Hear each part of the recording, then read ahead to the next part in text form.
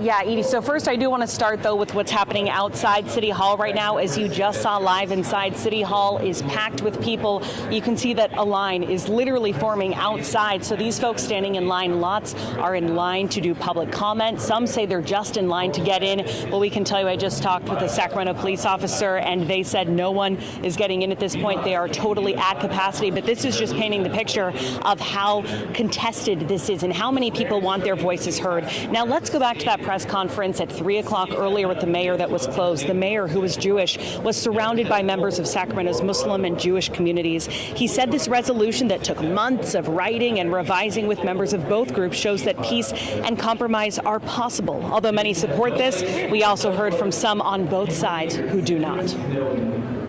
But we gather here today, Muslims, Palestinians, and Jews, all proud Sacramentans, with an age-old message.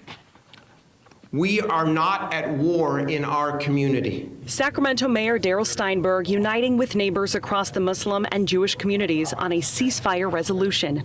I cannot predict how tonight will go. As we've already seen, people have deeply held passions about this issue. I know some said this doesn't belong at the city council. Well, guess what? It's before the city council every single week. Although this press conference before tonight's city council meeting had a united front, some do not agree. You don't put your hand on me.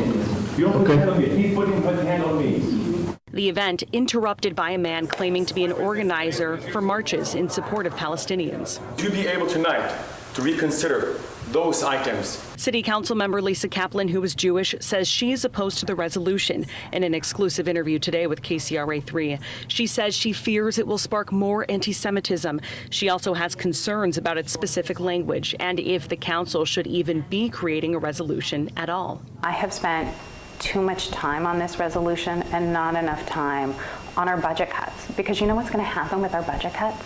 People are going to get laid off. People are going to lose their job. That's happening here in Sacramento. Whatever we do tonight is not going to encourage Hamas to accept a bilateral ceasefire on the table. It is not going to bring back the lives that have lost. And it is not going to solve overnight the horrific, famine that innocent Palestinians are experiencing. Now, recently, multiple city council meetings have had to end early, even go to recess because of people who are causing disruptions. Some of those have been people spurting anti-Semitic rhetoric. The mayor says he hopes that's not the case tonight. He's really hoping that the council can come to a vote on this. He said even if that means them staying here till 2, 3 in the morning, he wants this to happen tonight. For now, we're live outside City Hall. Brittany Hope, KCRA3 News. So, Brittany, just really, we've seen from your reporting a lot of different voices in all of this. Let's talk about who from the community was there in support of this. Yeah, so you just saw in that story, there were a lot of people standing behind the mayor. That includes members from the Council on American Islamic Relations, different activists within the Palestinian and Muslim communities. There were 2 rabbis there and other prominent leaders within Sacramento's Jewish community.